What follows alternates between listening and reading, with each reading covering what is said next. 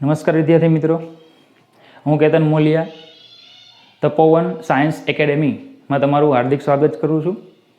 આજે આપણે 11 સાયન્સ ભૌતિક વિજ્ઞાન ચેપ્ટર નંબર 5 ગતિના નિયમો એમાં આગળ આપણે અભ્યાસ શરૂ કરીશું. ઓકે, ચાલો નેક્સ્ટ ટોપિક છે આઘાત, ઇમ્પલ્સ. ઘણી વખત એને બળનો આઘાત પણ કહેવામાં આવે, ઇમ્પલ્સ ઓફ ફોર્સ. ઓકે, ચાલો હવે આ શું છે તો કે સમજો તો કે ઘણી વખત આપણે એવી ઘટનાઓ જોઈએ છીએ કે જેમાં મોટા મૂલ્યનું બળ એ સૂક્ષ્મ અથવા તો નાના સમયગાળા માટે લાગે છે અને પદાર્થમાં વેગમાનનો નિશ્ચિત ફેરફાર કરે છે. શું છે? મોટા મૂલ્યનું બળ એ ખૂબ સૂક્ષ્મ સમય માટે લાગે અને પદાર્થમાં એક નિશ્ચિત વેગમાનનો ફેરફાર કરે છે. બરાબર? દાખલા તરીકે સમજો, ધારો કે આ દિવાલ છે, બરાબર, એક દડો છે, એમ દળનો દડો છે, એનો વેગ છે અત્યારે વેક્ટર v. એ ગતિ કરીને આવે છે, દિવાલ સાથે અથડાય છે, દિવાલ સાથે અથડાશે એટલે દિવાલની ઉપર શું થશે? બળ લાગશે. સૂક્ષ્મ સમય માટે બળ લાગશે, કારણ કે જેવો દડો દિવાલ સાથે અથડાય એવો તરત જ શું થશે? તે વિરુદ્ધ દિશામાં ગતિ કરશે.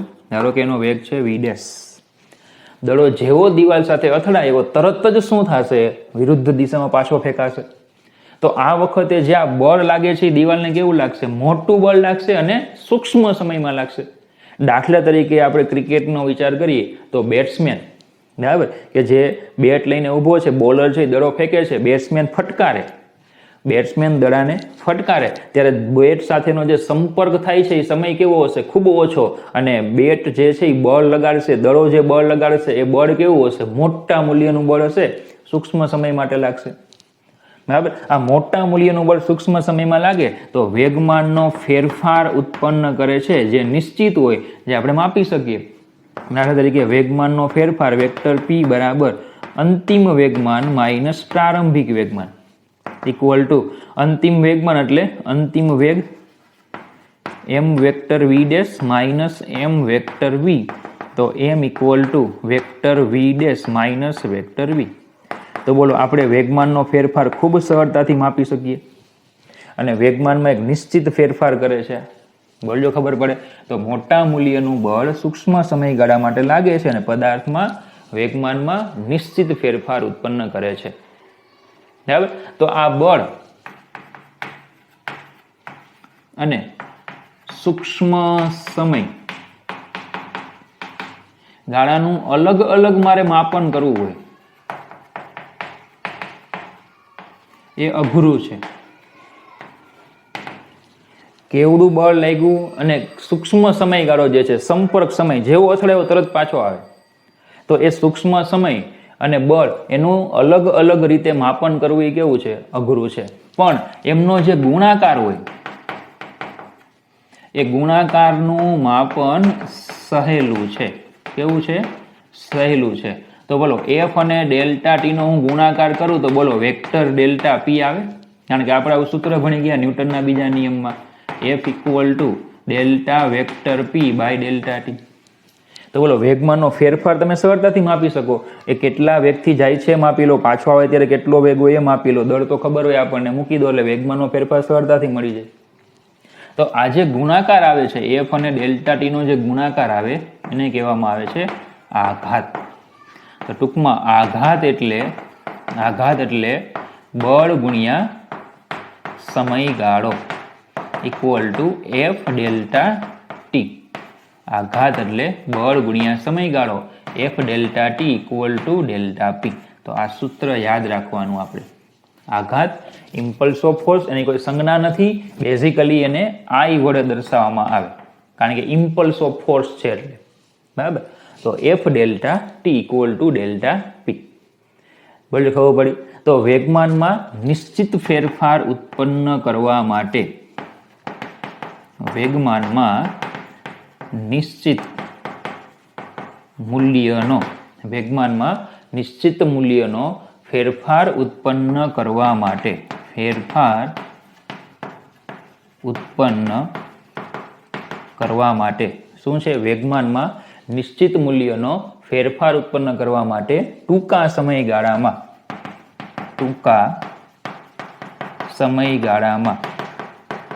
લાગતા મોટા બળને આઘાત કહે છે. વેગમાનમાં નિશ્ચિત મૂલ્યનો ફેરફાર કરવા માટે ટૂંકા સમયગાળામાં લાગતા મોટા મૂલ્યના બળને શું કહેવામાં આવે છે? આઘાત. માફ કરજો, અહીંયા વેક્ટરનું આવે તો વેગમાનમાં નિશ્ચિત મૂલ્યનો ફેરફાર કરવા માટે ટૂંકા સમયગાળામાં લાગતા મોટા બળને આઘાત કહે છે. ચાલો હવે વિજ્ઞાનનો જે ઇતિહાસ છે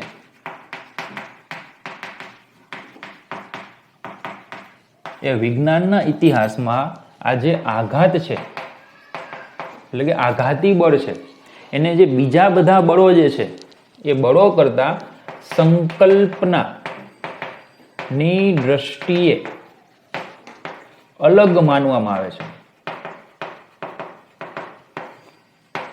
વૈજ્ઞાનિક ઇતિહાસમાં આઘાત જે છે એને બીજા બધા જે કંઈ બળો છે આપણા એ બળો કરતા સંકલ્પનાની દ્રષ્ટિએ આને કેવું માનવામાં આવે છે? અલગ ગણવામાં આવે છે. પણ ન્યુટોનિયન યંત્રશાસ્ત્ર જે છે, ન્યુટોનિયન યંત્રશાસ્ત્ર એને આ બીજા બધા બળો જેવું જ બળ ગણે છે.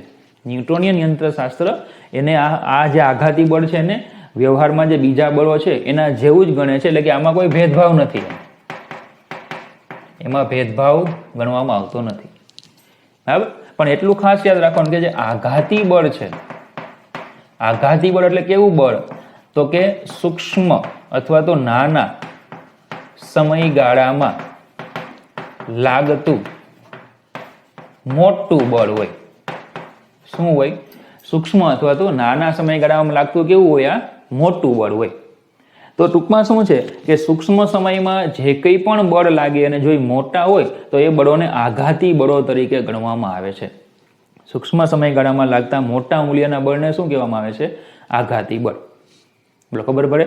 તો વિજ્ઞાનના ઇતિહાસમાં આવા આઘાતી બળો એ સંકલ્પનાની દ્રષ્ટિએ અલગ ગણવામાં આવે છે. પણ ન્યુટોનિયન યંત્રશાસ્ત્રમાં એવો કોઈ ભેદભાવ નથી.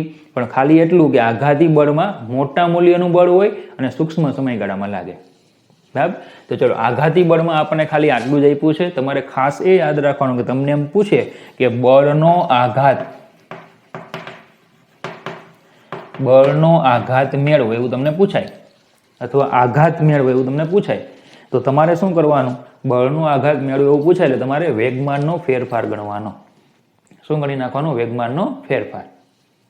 ઓકે, ચલો, ટોપિક નંબર છે 5.6, ન્યૂટનનો ગતિનો ત્રીજો નિયમ. બરાબર. ચાલો, આપણે ન્યૂટનનો ગતિનો બીજો નિયમ ભણી ગયા છીએ. વેક્ટર F = ma, પ્રવેગ અને બળનો સંબંધ. આપણે એવું ભણી ગયા ન્યૂટનનો ગતિનો પ્રથમ નિયમ એ બળની વ્યાખ્યા આપે, બીજો નિયમ એ બળનું મૂલ્ય આપે. બરાબર. પદાર્થ પરનું બળ એટલે એનો જ દર અને એનો જ પ્રવેગ. પ્રશ્ન હવે એ છે કે પદાર્થ ઉપર આ બળ જે લાગે છે એ બળનું ઉદ્ગમ શું છે? પદાર્થ ઉપર જે બળ લાગે તો એ બળનું ઉદ્ગમ શું? એમ. બરાબર. કયું પરિબળ એ આ બાહ્ય બળ લગાડે? બરાબર. જે પદાર્થ ઉપર જે બળ લાગે છે એ બળનું ઉદ્ગમ શું? કયું પરિબળે બાહ્ય બળ લગાડે? તો ન્યુટોનિયન યંત્રશાસ્ત્ર જે છે આનો જવાબ જો આપણે જોતો હોય તો આનો જવાબ આપણને ન્યુટોનિયન યંત્રશાસ્ત્રમાં આપેલો છે. ક્યાં આપેલો છે આનો જવાબ? ન્યુટોનિયન યંત્રશાસ્ત્રમાં. તો એનો જવાબ એ છે કે પદાર્થ પર બળ બીજા પદાર્થ વડે જ લાગે છે. પદાર્થ ઉપર બળ કોણ લગાડે? તો કે પદાર્થ પર જે બાહ્ય બળ છે એ હંમેશા બીજા પદાર્થ વડે લાગે. બરાબર. ચલો જો, દાખલા તરીકે ધારો કે આપણી પાસે બે પદાર્થો છે. આ પદાર્થ A છે, આ પદાર્થ B છે. બે પદાર્થો છે. ધારો કે B પદાર્થ છે એ A પદાર્થની ઉપર બળ લગાડે છે, જેને આપણે કહી દઈશું વેક્ટર FAB. તો વેક્ટર FAB એટલે B વડે A પર લાગતું બળ. બરાબર. બી પદાર્થ જે છે એ પદાર્થ ઉપર બળ લગાડે છે, જેને આપણે કહી દઈએ વેક્ટર FAB.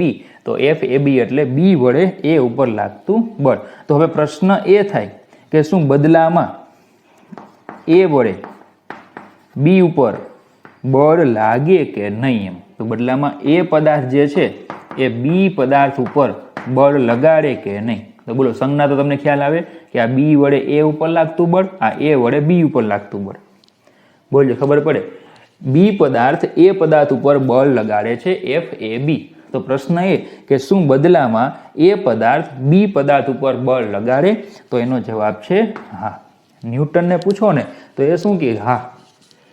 બી પદાર્થ એ પદાર્થ ઉપર જો બળ લગાડે તો એ પદાર્થ પણ બી પદાર્થ ઉપર બળ લગાડે છે. જો તમારે આનો અનુભવ કરવો હોય તો એના તમને બરાબર 2 ઉદાહરણો આપેલા છે. પહેલું જે ઉદાહરણ છે એ સ્પ્રિંગનું ઉદાહરણ છે. સમજો કે ધારો કે મારી પાસે આ સ્પ્રિંગ છે, બરાબર. હું મારા હાથથી, બંને હાથથી સ્પ્રિંગના બંને છેડાને હું દબાવું છું. હું મારા બંને હાથથી સ્પ્રિંગના બંને છેડાને દબાવું છું તો તમને એવો તમારા હાથને એવો અનુભવ થશે કે સ્પ્રિંગ પણ બદલામાં તમારી ઉપર બળ લગાડે છે. તમે સ્પ્રિંગની ઉપર જો આ રીતે બળ લગાડો તો સ્પ્રિંગ પણ તમારા ઉપર બળ લગાડે છે. એની અસર શું? તો કે તમારા હાથમાં જ્યાં સ્પ્રિંગનો સંપર્ક હોય ને ત્યાં લાલ ડાઘ થશે, જેમ અહીંયા ચોકનો ડાઘ થાય છે. બરાબર. અહીંયા જેમાં ચોકનો ડાઘ થાય તેમ ત્યાં શું થશે? લાલ ડાઘ થશે, જે શું રજૂ કરે છે કે બદલામાં સ્પ્રિંગ પણ તમારા ઉપર બળ લગાડે છે. બીજું ઉદાહરણ લઈએ કે એક રબરની રિંગ લેવાની, રિંગ એને કાપી નાખવાની અને એક છેડો અહીંયા પકડી રાખવાનો, બીજો છેડો આ હાથમાં રાખવાનો. એને તમે થોડુંક ખેંચીને મૂકી દો તો તમે રબરની ઉપર બળ લગાડો તો રબર પણ શું કરે? તમારા ઉપર બળ લગાડે છે. તો આ સ્પ્રિંગનું ઉદાહરણ થઈ ગયું.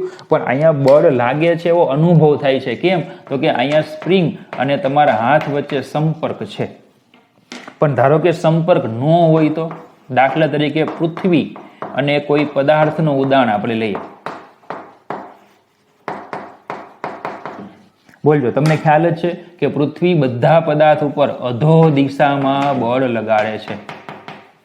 પૃથ્વી એ બધા પદાર્થ ઉપર અધો દિશામાં નીચે તરફ બળ લગાડે છે. એટલે પૃથ્વી પરના બધા પદાર્થો જે છે એ નીચે તરફ ગતિ કરવાનું એક વલણ ધરાવે છે, કારણ કે એની પર હંમેશા શું થાય છે? નીચે તરફ બળ લાગે છે. તો પૃથ્વી છે એ પદાર્થ ઉપર બળ લગાડે છે. પૃથ્વી જે છે એ પદાર્થ ઉપર બળ લગાડે છે. તો પ્રશ્ન એ કે શું બદલામાં પદાર્થ એ પૃથ્વી પર બળ લગાડે? બદલામાં પદાર્થ જે છે એ શું પૃથ્વી પર બળ લગાડે? તો જવાબ છે હા. પદાર્થ પણ પૃથ્વી પર ઉધ્વ દિશામાં બળ લગાડે છે. તો પછી આપણે તો ગમે તે પદાર્થ જોઈએ છીએ તો એ તો પૃથ્વી પર લાગતા, પૃથ્વીને કારણે લાગતા બળને લીધે કેવો જાય? નીચે જાય. તો પૃથ્વી ઉપર કેમ નથી આવતી? સીધી વાત છે કે પદાર્થનું દળ કેવું છે? અહીંયા ઓછું. અહીંયા પૃથ્વીનું દળ કેવું છે? વધારે. બળ તો બંને ઉપર સમાન જ લાગે. પદાર્થ વડે પૃથ્વી પર જેટલું બળ લાગે એટલું જ બળ પદાર્થ વડે, પૃથ્વી વડે પદાર્થ પર લાગે છે. પણ પદાર્થનું દળ ઓછું છે, પૃથ્વીનું દળ વધારે છે, એટલે ગતિની બધી અસર એ પદાર્થને અનુભવાય છે, જ્યારે પૃથ્વીને અનુભવાતી નથી. બધી જે અસર છે એ કોને અનુભવાય? પદાર્થને અનુભવાય, પણ પૃથ્વીને અનુભવાતી નથી. કેમ? કારણ કે પૃથ્વીનું દળ કેવું છે? મોટું દળ છે. અને મોટા દળને નાનું દળ જો બળ લગાડતું હોય તો મોટા દળને કંઈ ફરક પડતો નથી, પણ બળ લાગે છે એ 100%. બરાબર. તો યાદ રાખવાનું, બે પદાર્થો સંપર્કમાં હોય કે ન હોય, બળ હંમેશા લાગે. બરાબર. તો અહીંયા ન્યૂટોનિયન યંત્રશાસ્ત્ર મુજબ, ન્યૂટોનિયન યંત્રશાસ્ત્ર મુજબ નંબર 1, કુદરતમાં બળ કદી પણ એકલું હોતું નથી. શું પેલો પોઈન્ટ? કુદરતમાં બળ કદી પણ એકલું હોતું નથી. બરાબર. બે એટલે કે બળ હંમેશા જોડમાં જ હોય. જો એ બી પર લગાડે તો બી એ પણ લગાડે 100% લગાડે. બરાબર. બળ એ બે પદાર્થો વચ્ચેની આંતરક્રિયા ને કારણે ઉદ્ભવે છે, અથવા તો બે પદાર્થો વચ્ચેની આંતરક્રિયા છે. બરાબર, બળ એ બે પદાર્થો વચ્ચેની પરસ્પર આંતરક્રિયા છે, એટલે કે એક બીજા ઉપર તો બીજો પેલા ઉપર, એમ પરસ્પર આંતરક્રિયા કરે છે. બરાબર.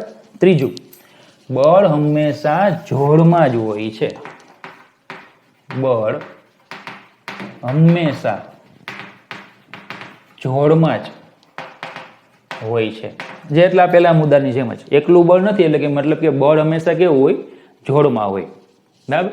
બે પદાર્થો વચ્ચેના, નંબર 4, બે પદાર્થો વચ્ચેના પરસ્પર, બે પદાર્થો વચ્ચેના પરસ્પર બળો હંમેશા સમાન અને વિરુદ્ધ દિશામાં હોય છે. જે બે બળો છે એ બે બળો બે પદાર્થો વચ્ચે હંમેશા કેવા હોય? સમાન અને વિરુદ્ધ દિશામાં હોય છે. તો આ ખ્યાલો ઉપરથી, આ જે 4 ખ્યાલો છે, આ 4 ખ્યાલો ઉપરથી આપણે ન્યૂટનના ગતિના ત્રીજા નિયમ તરફ જોઈએ તો વિધાન એવું છે કે દરેક ક્રિયા બળને સમાન અને વિરુદ્ધ દિશામાંનું પ્રતિક્રિયાબળ હોય છે. દરેક ક્રિયાબળને સમાન અને વિરુદ્ધ દિશામાં પ્રતિક્રિયાબળ હોય છે. બરાબર. Two every action there is a equal and opposite reaction. આ ન્યૂટનની બુકમાં ન્યૂટને લખેલા શબ્દો છે. આ જે છે, two every action there is A equal, always equal and opposite reaction. આ ન્યૂટને એની બુકમાં લખેલા શબ્દો છે. તો આ થઈ ગયો ન્યૂટનનો ગતિનો ત્રીજો નિયમ. દરેક ક્રિયાબળને સમાન અને વિરુદ્ધ દિશામાંનું શું હોય છે? હંમેશા પ્રતિક્રિયાબળ હોય. હવે જે બે શબ્દો છે અહીંયા, ક્રિયાબળ અને પ્રતિક્રિયાબળ, બે શબ્દો આવ્યા કે નહીં? ક્રિયાબળ અને પ્રતિક્રિયાબળ. તો એને લગતા કેટલાક મહત્વના મુદ્દાઓ છે. તો આપણે હવે એ મહત્વના મુદ્દાઓ તરફ આગળ વધીએ. બરાબર. ચાલો, તો મહત્વના મુદ્દા, પહેલો મુદ્દો છે એમાં કે આપણે જે બે બળો કીધા, ક્રિયાબળ અને પ્રતિક્રિયાબળ, આનો અર્થ એ બળ જ છે. ક્રિયાબળ અને પ્રતિક્રિયાબળ એવું આપણે જે કહીએ છીએ એનો અર્થ તો બળ જ છે. તો પછી ન્યૂટનના ગતિનો જે ત્રીજો નિયમ છે એને જો સ્પષ્ટ લખવું હોય, ન્યૂટનનો ગતિનો ત્રીજા નિયમનું જે વિધાન છે એને જો સ્પષ્ટ લખવું હોય તો આપણે આ રીતે લખી શકીએ કે બળો હંમેશા જોડમાં જ હોય છે. એ પદાર્થ પર બી વડે લાગતું બળ એ બી પદાર્થ પર એ વડે લાગતા બળ જેટલું જ અને વિરુદ્ધ દિશામાં હોય છે. આ રીતે પણ તમે ત્રીજો નિયમ લખી શકો. બરાબર. એ પદાર્થ પર બી વડે લાગતું બળ એ બી પદાર્થ પર એ વડે લાગતા બળ જેટલું જ અને વિરુદ્ધ દિશામાં હોય છે. ઓકે, ચલો આ પહેલો પોઈન્ટ થઈ ગયો. બીજો, ચલો હવે છે જે આપણે કહીએ છીએ ક્રિયાબળ. બરાબર. તો આ ક્રિયા એટલે શું? આપણે જે ક્રિયા કરીએ તે. બરાબર. તો આપણે જે ક્રિયા કરીએ છીએ એને ધારો કે આપણે કારણ કહી દઈએ તો સામે આવે છે પ્રતિક્રિયાબળ. એની અસર છે એવું કહી શકાય કે હું બોર્ડ ઉપર બળ લગાડું તો એ હું ક્રિયા કરું, તો એનું કારણને કારણે, એ કારણને લીધે બોર્ડ મારી ઉપર બળ લગાડે, એ પ્રતિક્રિયા, તો એની અસર થઈ. તો કારણ અસર, બોલજો, ખબર પડે. ક્રિયા એટલે શું? હું બળ લગાડું છું બોર્ડ ઉપર, એ મેં ક્રિયા કરી. તો એનું કારણ છે કે એ કારણને લીધે બોર્ડ હવે મારી ઉપર બળ લગાડે તો એ મને અસર જોવા મળી. તો ટૂંકમાં પ્રતિક્રિયા અસર જોવા મળે એનું કારણ શું? તમે ક્રિયા કઈ રીતે. હું જો બળ ન લગાડે તો બોર્ડે બળ ન લગાડે. ખબર પડે. હું બળ લગાડું છું, બરાબર, એને કારણે શું થાય છે? બોર્ડે મારી પર બળ લગાડે તો પ્રતિક્રિયા અસર થઈને ક્રિયા શું છે? કારણ થઈ. તો યાદ રાખવાનું તમારે કે ન્યૂટનનો ગતિનો ત્રીજો નિયમ છે, એમાં કારણ અસર નો કોઈ સંબંધ નથી. જોજો, આ કઈ કારણ અને અસરનો સંબંધ નથી કે તમે બળ લગાડો એના પરિણામ સ્વરૂપે એટલે કે એને કારણે બોર્ડ તમારી ઉપર બળ લગાડે તો ન્યૂટનના ગતિના બીજા નિયમમાં આ જે કારણ અને અસર છે એનો કોઈ સંબંધ નથી. મતલબ કે બી વડે એ ઉપર જે બળ લાગે તે અને એ વડે બી ઉપર જે બળ લાગે તે એ એક જ સમયે લાગે છે. મતલબ કે એવું નહીં કે હું હાથ વડે બોર્ડ ઉપર બળ લગાડું પછી બોર્ડ એ મારી ઉપર બળ લગાડે, મેં બળ લગાડ્યું પછી એ મારી પર બળ લગાડે, એવું નહીં. હું બોર્ડ ઉપર બળ લગાડું એટલે જેવું હું બળ લગાડવાનું શરૂ કરું તરત જ બોર્ડ એ શું કરે? મારી ઉપર બળ લગાડવા માંડે. એટલે બી વડે એ ઉપર અને એ વડે બી ઉપર એ જે બળ લાગે ને એ બળ એક જ સમયે લાગે. બરાબર. એટલે તમે આવું એવું નહીં કે એક બળ લગાડીને ક્રિયા બળ, બીજું બળ અને પ્રતિક્રિયા બળ. તો એવું નહીં, તમે બે બળમાંથી કોઈ પણને ક્રિયા બળ અને કોઈ પણને પ્રતિક્રિયા બળ ગણી શકો છો. બંને એક જ સમય લગાડે. હું જેવું બળ લગાડવાનું બંધ કરી દઉં એટલે બોર્ડ બંધ કરી દે. હું બળ લગાડવા માંડું તો બોર્ડ પણ બળ લગાડે. તો ન્યૂટનના ગતિના જે ત્રીજો નિયમ છે એમાં કારણ અને અસરનો કોઈ સંબંધ નથી. બોલો, ખબર પડે. બંને બળો એક જ ક્ષણે લાગે, એક જ સાથે લાગે. તમે બળ લગાડવાનું બંધ કરી દો તો બોર્ડ પણ બળ લગાડવાનું બંધ કરી દે. તમે બળ લગાડવાનું શરૂ કરો એટલે બોર્ડ પણ શું કરે? બળ લગાડવાનું શરૂ કરે. ઓકે, ચલો ત્રીજો પોઈન્ટ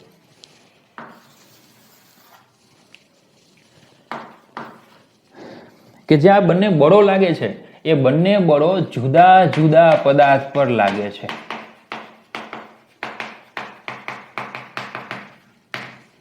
દાખલા તરીકે આ એ પદાર્થ છે અને આ બી પદાર્થ છે. ચલો, તો એ ઉપર જે બળ લાગે એને આપણે કીધું વેક્ટર એફ એ બી. બી ઉપર બળ લાગે એને કહી દઈએ આપણે વેક્ટર એફ બી એ. તો ચલો, બંને બળોના મૂલ્યો કેવા છે? સમાન. મતલબ કે માનાંકમાં vector F A B equal to માનાંકમાં વેક્ટર એફ બી એ, પણ દિશા કેવી છે? વિરુદ્ધ. મૂલ્ય સમાન ને દિશા વિરુદ્ધ, એને વિરોધી સદિશો કહેવાય. વિરોધી સદિશોને vector A equal to minus vector B વડે દર્શાવે, એટલે કે આ રીતે દર્શાવાય. તો આ જે બંને બળો લાગે છે બંને બળો જુદા જુદા પદાર્થો ઉપર લાગે છે. શું છે? બંને બળો એ જુદા જુદા પદાર્થો ઉપર લાગે છે. મતલબ કે જો મારે એની ગતિનો વિચાર કરવો હોય, બરાબર, એની ગતિનો મારે વિચાર કરવો હોય તો મારે કયું બળ ધ્યાનમાં રાખવાનું? ખાલી એ ઉપર લાગતું હોય તે.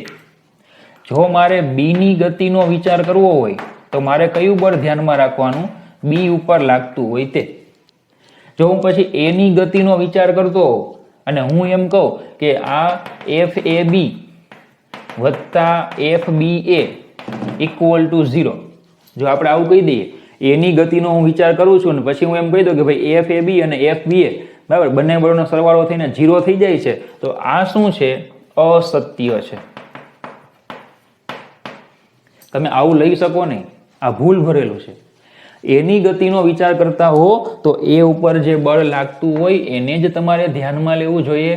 બીની ગતિનો વિચાર કરતા હો તો બી ઉપર જે બળ લાગતું હોય એને જ ધ્યાનમાં લેવું જોઈએ. પણ હા, જો તમે એ અને બી થી બનતા તંત્રની ગતિનો વિચાર કરતા હો, એ અને બી થી જે તંત્ર બને એ તંત્રની ગતિનો વિચાર કરતા હો તો હવે તમે કહી શકો કે ભાઈ પરિણામી બળ તો 0 છે. એફ એ બી અને એફ બી એ તંત્રના આંતરિક બળો થાય. કેવા બળો થાય? આંતરિક બળો થઈ જાય. અને એમનું પરિણામી તો કેવું છે? 0. બોલજો, ખબર પડે. ખાલી એની ગતિનો વિચાર કરો તો ખાલી એફ એ બી લેવાય. બીની ગતિનો વિચાર કરો તો એફ બી એ લેવાય. ત્યારે એવું ન કહેવાય કે બે બળોનો સરવાળો 0 એમ. પણ જો તંત્રની ગતિનો વિચાર કરો તો પછી આ બંને તંત્રના આંતરિક બળો છે અને એમનું પરિણામી કેવું છે? 0. તો આંતરિક બળોનું પરિણામી હંમેશા કેવું હોય? 0. જો તમને યાદ હોય તો ન્યૂટનનો ગતિનો બીજો નિયમ જ્યારે આપણે ભણતા હતા ને ત્યારે આપણે એમ કહેતા કે F બરાબર ma જે સૂત્ર છે ને, F બરાબર ma, એ કણ માટે તો લાગુ પડે જ છે, પણ કણોના તંત્ર એટલે કે દ્રઢ પદાર્થ માટે પણ આ સૂત્ર સમાન રીતે લાગુ પડે. પણ જે કણોનું તંત્ર હોય ને એમાં આવા આંતરિક બળો લાગતા હોય અને આંતરિક બળોનું પરિણામી 0 હોય. આંતરિક બળોનું પરિણામી કેવું હોય? 0 હોય. તો આથી ન્યૂટનનો ગતિનો બીજો નિયમ એ કણ અને કણોના તંત્ર એ બંને માટે આપણે એપ્લાય કરી શકતા હતા. તો બોલો આંતરિક બળો શું છે એ તમને ખબર પડી? આંતરિક બળો એ શું છે? એકબીજા ઉપર લાગતા બળો. અને એકબીજા ઉપર લાગતા બળો ન્યૂટનના ત્રીજા નિયમ પ્રમાણે કેવા થઈ જાય? 0. પરિણામી બળ કેવું થઈ જાય? 0. આથી પદાર્થની ગતિની ચર્ચા કે તંત્રની ગતિની ચર્ચા કરવી હોય તો ન્યૂટનનો ગતિનો બીજો નિયમ F બરાબર ma એ સમાન રીતે લાગુ પડે. સાથે તમને એ પણ યાદ હશે કે આમાં જે આ F જે છે એ બાહ્ય બળ તમને લેવાનું કીધું હતું. બાહ્ય બળ, કારણ કે આંતરિક બળો, તંત્રની ગતિમાં આંતરિક બળોનો પરિણામી તો કેવું થઈ જાય? 0. એમ જે છે એમ એ આપણે કીધેલું તંત્રનું દળ લેવાનું અને પ્રવેગ કોનો મળે? તંત્રનો પ્રવેગ આપણને મળે. બોલજો, ખબર પડે? તો આ આખો આપણો ન્યૂટનનો ગતિનો ત્રીજો નિયમ છે. બરાબર? મહત્વના મુદ્દાઓમાં તમને ખાસ ખબર પડી હોય. બરાબર? આ કારણ અને અસર તમને ખબર પડી ગઈ કે એક બળ લગાડો એને કારણે બીજું બળ લાગે એવું બિલકુલ નથી. બંને સાથે લાગે અને સાથે જ બંધ થાય. બરાબર? બંને સાથે લાગે અને સાથે જ બંધ થાય. અને આ છેલ્લો પોઈન્ટ એ ખાસ મહત્વનો, એની ગતિની ચર્ચા કરતા હોય ત્યારે એ ઉપર લાગતા બળો ધ્યાનમાં લેવાના, બીની ગતિની ચર્ચામાં બી ઉપર લાગતા બળો ધ્યાનમાં લેવાના. પણ જો તંત્રની ગતિની ચર્ચા કરતા હો તો પછી આ બંને બળો આંતરિક બળો થાય અને એમનું પરિણામી 0 થાય. તો બેમાંથી એકને ધ્યાનમાં નહીં લેવાના. અને આથી કણોના તંત્ર માટે કે પછી દ્રઢ પદાર્થ માટે કે પછી પદાર્થ માટે ન્યૂટનનો ગતિનો બીજો નિયમ એઝ ઇટ ઇઝ લાગુ પડે, F બરાબર ma. પણ એમાં F એટલે બાહ્ય બળ, m એટલે તંત્રનું દળ અને a એટલે તંત્રનો પ્રવેગ. ઓકે, ચાલો નેક્સ્ટ ટોપિક છે ટોપિક નંબર 5.7, રેખીય વેગમાનનું સંરક્ષણ. ચલો પહેલા તો સંરક્ષણ થવું એટલે સમય સાથે ન બદલાવું. સંરક્ષણ થવું એટલે સમય સાથે ન બદલાવું. રેખીય વેગમાન એટલા માટે લખ્યું કારણ કે આગળ જતા આપણે ચાક ગતિ ભણશું એમાં કોણીય વેગમાન આવશે. તો હમણાં આપણે ચર્ચા કરવાની છે માત્ર રેખીય વેગમાનની. સંરક્ષણ થવું એટલે સમય સાથે ન બદલાવું. ઓકે, તો આપણે ન્યૂટનનો ગતિનો બીજો નિયમ ભણી ગયા, ન્યૂટનનો ગતિનો ત્રીજો નિયમ ભણી ગયા. તો આ બંને નિયમો આપણે એક અગત્યના પરિણામ તરફ લઈ જાય છે જે કહેવામાં આવે છે રેખીય વેગમાનનું સંરક્ષણ. તો ન્યૂટનનો બીજો અને ત્રીજો નિયમ જે છે એ આપણને એક અગત્યના પરિણામ તરફ દોરી જાય જે રેખીય વેગમાન સંરક્ષણના નિયમ તરીકે ઓળખાય. બરાબર? હવે આ નિયમ ભણવા માટે આપણે એક ઉદાહરણ ધ્યાનમાં લઈએ. સંરક્ષણના નિયમો ભણવા છે તો ઉદાહરણ તરીકે આપણે લઈએ છીએ ગન અને બુલેટ. ગન અને બુલેટનું ઉદાહરણ આપણે લઈએ. એ ધારો કે ગનમાંથી બુલેટ, આ બેઝિકલી બુકમાં આપણે બુલેટ લખેલું હોય, તમે બુલેટ લખો તો પણ ચાલે. તો ગનમાંથી તમે ગોળી છોડો છો, ટૂંકમાં ગનમાંથી તમે ગોળી છોડો, બરાબર? તો ગન વડે બુલેટ પર લાગતું બળ એને હું કહી દઉં વેક્ટર F. ગન વડે બુલેટ પર લાગતું બળ વેક્ટર F. તો ન્યૂટનના ત્રીજા નિયમ પરથી બુલેટ વડે ગન પર લાગતું બળ કેટલું હશે? -F હશે. બીજું તમને ખ્યાલ છે કે આપણે એવું કીધું કે આ બંને બળો સમાન સમય માટે લાગે. બંને બળો લાગવા માટેનો જે સમય છે એ કેવો છે? સમાન. તો પછી ગનના વેગમાનમાં ફેરફાર એટલે થાય વેક્ટર F ડેલ્ટા ટી અને બુલેટ ના વેગમાનમાં ફેરફાર તો minus vector F delta T થાય. ગનના વેગમાનમાં ફેરફાર એફ ડેલ્ટા ટી અને બુલેટના વેગમાનના ફેરફાર માઇનસ એફ ડેલ્ટા ટી. હવે પ્રારંભમાં શું હોય તો કે પ્રારંભમાં ગન અને બુલેટ બંને સ્થિર, તો પછી પ્રારંભમાં એનું કુલ વેગમાન કેવું હશે? 0. બંને સ્થિર એટલે પ્રારંભમાં એનું વેગમાન કેવું? 0. ચલો, વેગમાનનો ફેરફાર એટલે તમને યાદ છે શું કીધેલું એ?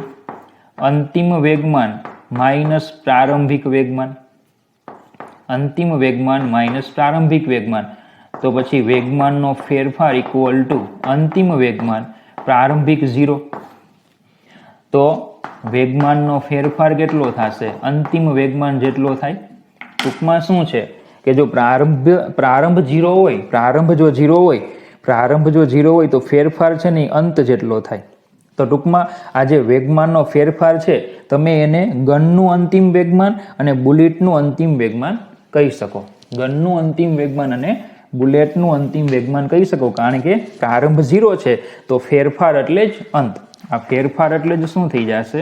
અંત. તો અંતમાં જો આ બંનેનો વેગમાનનો આપણે સરવાળો કરીએ, આ બંને અંતિમ વેગમાન છે કે નહીં, તો બંનેના વેગમાનોનો સરવાળો કરો તો vector F delta T minus vector F delta T, એનો મતલબ કે અંત પણ કેવું? 0. પ્રારંભમાં વેગમાન કેવું હતું? 0. અંતમાં પણ વેગમાન કેવું છે? 0. તો એનો મતલબ કે પ્રારંભિક વેગમાન બરાબર અંતિમ વેગમાન. તો આ શું થયું હશે? વેગમાનનું સંરક્ષણ. પહેલા જેટલું છે એટલું જ શું છે પછી? બોલ્યો ખબર પડે? પહેલા જેટલું વેગમાન હશે એટલું જ વેગમાન ક્યાં છે? પછી. તો કુલ વેગમાનનું શું થયું? આમાં સંરક્ષણ થયું. કુલ વેગમાનનું સંરક્ષણ થાય. બરાબર? તો આપણે આવું લખી શકીએ કે આમ અલગ કરેલા તંત્રમાં, ચલો અલગ કરેલું તંત્ર એટલે બાહ્ય બળ 0. બરાબર? અલગ કરેલું તંત્ર એટલે બાહ્ય બળ 0. હવે બીજી એક વાત કે તંત્ર કેટલી રીતે અલગ થાય? તો તંત્ર યાંત્રિક રીતે, બરાબર, ઉષ્મીય રીતે, તંત્ર છે યાંત્રિક રીતે, ઉષ્મીય રીતે, વિદ્યુતની દ્રષ્ટિએ, બરાબર, અને રાસાયણિક રીતે. તંત્ર 4 રીતે અલગ થાય. યાંત્રિક રીતે અલગ કરેલું તંત્ર હોય, ઉષ્મીય રીતે અલગ કરેલું તંત્ર હોય, વિદ્યુતની દ્રષ્ટિએ અલગ કરેલું તંત્ર હોય અને રાસાયણિક રીતે અલગ કરેલું તંત્ર હોય. આપણે યંત્રશાસ્ત્ર ભણીએ છીએ એટલે આપણામાં યાંત્રિક રીતે અલગ કરેલું તંત્ર આવે, જેમાં બાહ્ય બળ 0 હોય, ટોર્ક 0 હોય, જેની ચર્ચા ડિટેલમાં આપણે ચાક ગતિમાં કરશું. યાંત્રિક રીતે અલગ કરેલું તંત્ર એટલે બાહ્ય બળે 0 અને ટોર્કે 0. તો જો અહીંયા બંને બળોનો સરવાળો 0 થઈ જતો તો બાહ્ય બળ કેવું છે? 0. બરાબર? ઉષ્મીય રીતે અલગ કરેલું તંત્ર એટલે તમને ખ્યાલ છે નિરાલી પ્રણાલી.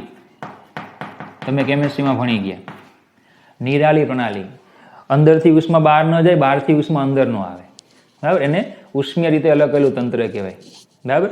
વિદ્યુતની દ્રષ્ટિએ અલગ કરેલું તંત્ર એટલે કોઈ બોક્સ હોય તો એમાં કોઈ તટસ્થ, ધારો કે આ બોક્સ છે એ તટસ્થ છે, વિદ્યુતની દ્રષ્ટિએ તટસ્થ છે, જેટલા ઇલેક્ટ્રોન છે એટલા પ્રોટોન છે, તો એમાંથી કોઈ ઇલેક્ટ્રોન બહાર ન આવે કે અંદર ન જાય, કોઈ પ્રોટોન બહાર ન આવે કે અંદર ન જાય, પણ ન્યુટ્રોન અંદર બહાર આવ જાવ કરી શકે છે. તો એ વિદ્યુતની દ્રષ્ટિએ અલગ કરેલું તંત્ર હોય જે 12મા ધોરણમાં આવશે. રાસાયણિક રીતે અલગ કરેલું તંત્ર એટલે તમને ખ્યાલ છે, બરાબર, ડાયરેક્ટ લોખંડનું કટાવું એ રાસાયણિક પ્રક્રિયા છે, બરાબર, પણ એને કલર મારી દો એટલે રાસાયણિક રીતે અલગ કરેલું તંત્ર થઈ જાય. તો આમ અલગ કરેલા તંત્રમાં અત્યારે કયું તંત્ર છે? યાંત્રિક રીતે અલગ કરેલું તંત્ર છે જેમાં બાહ્ય બળ 0 હોય. અલગ કરેલા તંત્રમાં કણોની પ્રત્યેક, અલગ કરેલા તંત્રમાં કણોની દરેક જોડમાં વ્યક્તિગત વેગમાનમાં ફેરફાર થઈ શકે છે. બરાબર? અલગ કરેલા તંત્રમાં કણોની દરેક જોડમાં પરસ્પર લાગતા બળોને કારણે, કણોની દરેક જોડમાં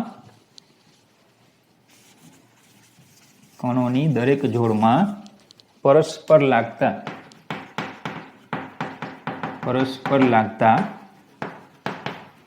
બળોને કારણે વ્યક્તિગત વેગમાનમાં ફેરફાર થઈ શકે છે. કણોની પ્રત્યેક જોડમાં પરસ્પર લાગતા બળોને કારણે વ્યક્તિગત કણોના વેગમાનમાં ફેરફાર થઈ શકે છે. દાખલા તરીકે જો ગન અને બુલેટ બંનેના વેગમાનમાં ફેરફાર તો થાય જ છે, બોલજો ખબર પડે, બરાબર. પરંતુ પરસ્પર લાગતા બળો જે છે, આ પરસ્પર લાગતા બળો એ કેવા છે? સમાન અને વિરુદ્ધ દિશામાં. પરંતુ પરસ્પર લાગતા બળો સમાન અને વિરુદ્ધ દિશામાં. પરસ્પર લાગતા બળો કેવા છે? સમાન છે અને વિરુદ્ધ દિશામાં હોવાથી દરેક જોડમાં વેગમાનમાં ફેરફાર એકબીજાને નાબૂદ કરે છે. દરેક જોડમાં વેગમાનનો ફેરફાર એકબીજાને નાબૂદ કરે છે. શું કરે છે? દરેક જોડમાં વેગમાનનો ફેરફાર એકબીજાને શું કરે છે? નાબૂદ કરે છે અને કુલ વેગમાન અચળ રહે છે. અને કુલ વેગમાન અફર રહે છે. બોલજો ખબર પડી આટલી, બરાબર. ચલો, આ જે હકીકત આવી, આ હકીકત એને કહેવાય રેખીય વેગમાન સંરક્ષણનો નિયમ. શું કહેવામાં આવે છે આને? રેખીય વેગમાન સંરક્ષણનો નિયમ. તો આપણે આવું પણ કહી શકીએ કે આંતરક્રિયા કરતા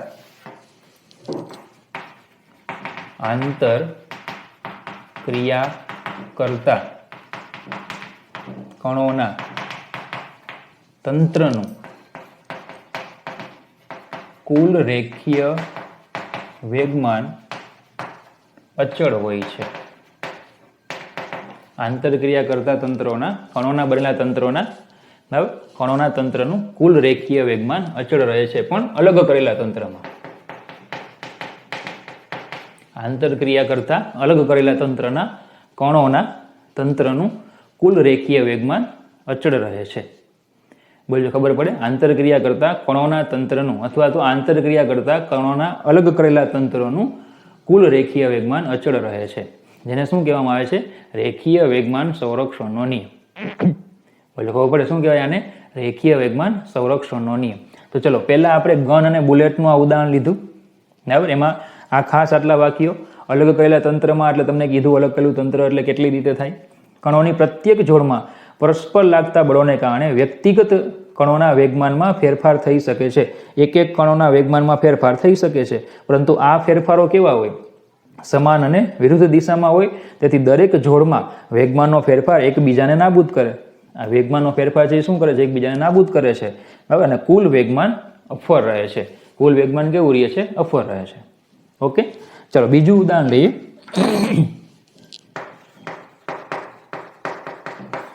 બીજું ઉદાહરણ છે સંઘાતનું ઉદાહરણ છે. સંઘાત એટલે અથડામણ. તો સમજો, ધારો કે આપણી પાસે એક એ પદાર્થ છે, એ ગતિ કરે છે, એનું વેગમાન છે pa. એક બી પદાર્થ છે, એ ગતિ કરે છે, એનું વેગમાન છે pb. આ પ્રારંભમાં. ચલો, અથડાય છે, વિરુદ્ધ દિશામાં જાય, તો અંતમાં અથડાઈને પછી વિરુદ્ધ દિશામાં જાય, તો અંતમાં એ પદાર્થ છે આ દિશામાં ગતિ કરે, એનું વેગમાન છે વેક્ટર pa. બી પદાર્થ છે આ દિશામાં ગતિ કરે, એનું વેગમાન છે વેક્ટર pb ડેશ. તો પેલું પ્રારંભમાં વેગમાન, બીજું અંતમાં વેગમાન, બરાબર. ચાલો, બંને ઉપર બળો લાગે છે, તો અથડામણ થાય ત્યારે જે FAB, બરાબર, એક ઉપર લાગતું બળ અને બીજા ઉપર બળ લાગશે FBA. અથડામણ થશે, બંને અથડાશે એટલે એકબીજા ઉપર બળ લગાડશે FAB અને બીજા ઉપર બળ લાગે FBA. બોલો, આ રીતે બળો લાગશે, બરાબર. બંને બળો સરખા સમય સુધી જ લાગશે. જેટલા સમય સુધી એ બી ઉપર બળ લગાડે એટલા સમય સુધી બી એ ઉપર બળ લગાડે, એટલે બંને બળો કેવા લાગશે? સરખા સમય સુધી જ લાગે. તો પછી વેગમાનનો ફેરફાર જો આપણે લઈએ કે એ પદાર્થના વેગમાનમાં ફેરફાર ઇક્વલ ટુ એ પદાર્થ પર લાગતું બળ ગુણ્યા ડેલ્ટા ટી, અને વેગમાનનો ફેરફાર એટલે અંતિમ વેગમાન માઇનસ પ્રારંભિક વેગમાન થાય PA ડેશ માઇનસ PA. એ પદાર્થના વેગમાનમાં ફેરફાર લ્યો તો F delta T, FAB delta T લેવાય, એ પદાર્થ પર લાગતું બળ ગુણ્યા સમય, અને આ અંતિમ વેગમાન માઇનસ પ્રારંભિક વેગમાન.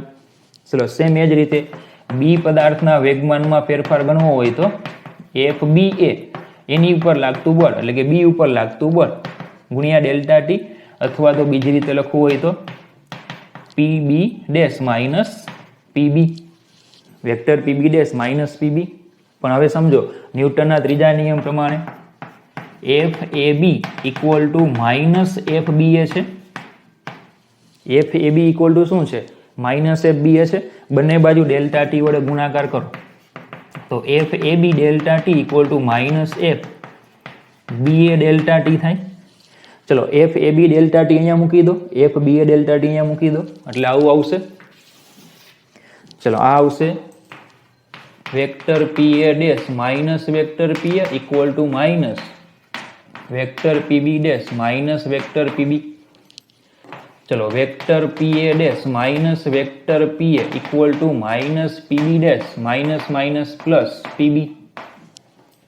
પી એ ને પેલી બાજુ લઈ જાઓ એટલે આવું લખાશે vector P A plus vector PB equal to vector P A dash plus vector PB dash. તો બોલો આ કયું વેગમાન થઈ જાય પ્રારંભમાં અને આ કયું વેગમાન થઈ જાય અંતમાં? તો પ્રારંભમાં જેટલું વેગમાન છે એટલું જ વેગમાન અંતમાં. તો જો અથડામણ થતી હોય ને અથડામણ ત્યારે પણ વેગમાનના સંરક્ષણના નિયમનું પાલન થાય છે. પ્રારંભમાં જેટલું વેગમાન છે એટલું જ વેગમાન અંતમાં રહે છે તો વેગમાનનું સંરક્ષણ થાય છે. બોલજો ખબર પડી? બરાબર. તો હવે આનો ઉપયોગ ક્યાં થશે? તો કે આપણે ચેપ્ટર નંબર 6 ભણશું ને એટલે એમાં છેલ્લો ટોપિક છે સંઘાત. એમાં આપણે બે પ્રકારના સંઘાત ભણશું. એક આવશે સ્થિતિસ્થાપક અને બીજું આવશે અસ્થિતિસ્થાપક. આ બંને સંઘાતોમાં હંમેશા રેખીય વેગમાનનું સંરક્ષણ થશે જ. કારણ કે અથડામણો ગમે તેવી હોય, સ્થિતિસ્થાપક હોય કે અસ્થિતિસ્થાપક હોય, એ બંનેમાં રેખીય વેગમાનના સંરક્ષણનો નિયમ પાળાય છે. બરાબર. સાથે સાથે સ્થિતિસ્થાપક સંઘાતમાં ગતિ ઉર્જા નું સંરક્ષણ પણ આપણે લઈશું. પ્રારંભમાં ગતિ ઉર્જા અને અંતમાં ગતિ ઉર્જા પણ સમાન હોય, જ્યારે અસ્થિતિસ્થાપકમાં એવું હોતું નથી. તો એની ચર્ચા આપણે ચેપ્ટર નંબર 6 માં કરશું. પણ તમારે હાલ શું યાદ રાખવાનું કે અથડામણો કોઈ પણ હોય, રેખીય વેગમાનના સંરક્ષણના નિયમનું પાલન હંમેશા થાય. બોલજો ખબર પડે? બરાબર. તો એવા કેટલાક કિસ્સાઓ છે કે જેમાં રેખીય વેગમાનના સંરક્ષણનો નિયમ હંમેશા તમારે ઉપયોગ કરવાનો. પહેલું તો કે જ્યારે ગન અને બુલેટનો કિસ્સો આવે, રેખીય વેગમાનનું હંમેશા સંરક્ષણ થાય. બીજું અથડામણ આવે એટલે કે સંઘાત આવે ત્યારે રેખીય વેગમાન સંરક્ષણ નિયમનું પાલન થાય. ત્રીજું બોમ્બ ફૂટવાનો આવે કે ભાઈ એક બોમ્બ છે ફૂટે છે, તો બોમ્બ ફૂટે છે એની માટે જવાબદાર છે એનું આંતરિક બળ. આંતરિક જે કંઈ બધી રાસાયણિક પ્રક્રિયાઓ થાય તે એને કારણે બોમ્બ ફૂટે છે. આપણે બહારથી કંઈ ધક્કો તો નથી મારતા કે પછી આપણે એની પર પ્રેશર નથી કરતા કે ચાલ તું ફૂટ એમ તો નથી કરતા. તો જ્યારે પણ બોમ્બ ફૂટવાનું હોય ત્યારે પણ પરિણામી બળ 0 જ હોય, બાહ્ય બળ કોઈ લાગતું નથી, ત્યારે પણ આપણે આ નિયમનો ઉપયોગ કરી શકશું. બરાબર. બીજું વ્યક્તિ અને તરાપો. તરાપા ઉપર વ્યક્તિનું ચાલવું. તરાપો એટલે તમે જોયું કે પેલા વાંસ જે છે એ વાંસના બંબુઓ ભેગા કરીને પછી દોરીથી બાંધી દેવાના એટલે એક પ્લેટ બની જાય, એક સમતલ. એ પછી તળાવમાં ગતિ કરે. બરાબર. જે રામ અને સીતા જ્યારે વનમાં ગયા હતા ત્યારે એ પેલા તરાપો બાંધીને એની ઉપરથી એણે ગંગા નદી પાર કરી હતી, તમે જોયું હશે તે. તો એને તરાપો કહેવામાં આવે, રાફ્ટ. બરાબર. તો વ્યક્તિ જ્યારે તરાપા ઉપર ચાલે ત્યારે વ્યક્તિ બળ જેટલું તરાપા ઉપર લગાડશે એટલું જ બળ તરાપો વ્યક્તિ પર લગાડે, પરિણામી બળ કેવું થઈ જાય? 0. તો આ 4 કિસ્સાઓ તમને જ્યારે પણ જોવા મળે ને એટલે રેખીય વેગમાન સંરક્ષણના નિયમનું પાલન થાય જ. તમારે પહેલા આ નિયમ મૂકી જ દેવાનો, રેખીય વેગમાનનું સંરક્ષણ. બોલ્યો ખબર પડી? બરાબર. હવે બીજો એક પોઈન્ટ લઈએ કે આપણે જે ન્યૂટનનો ગતિનો બીજો નિયમ ભણી ગયા, vector F equal to vector D P by D T. ચલો રેખીય વેગમાનના સંરક્ષણનો નિયમ ક્યારે પાલન થાય? તો આપણે કીધું કે આ બળ 0 હોવું જોઈએ, અલગ કરેલું તંત્ર એટલે બાહ્ય બળ 0. તો જો હું આમાં બળ 0 મૂકી દઉં તો 0 equal to vector D P by D T થાય. 0 મૂકી દો તો 0 equal to vector D P by D T થાય. તો એનો મતલબ કે વેગમાન જે છે પી એનું વિકલન 0. વિકલન 0 કોનું થાય? અચળનું. તો એનો મતલબ કે અહીંયા વેક્ટર p બરાબર કેવા થાય? અચળ. તો આપણે અહીંયા એવું પણ લખી શકીએ કે જો તંત્ર પર પ્રવર્તતું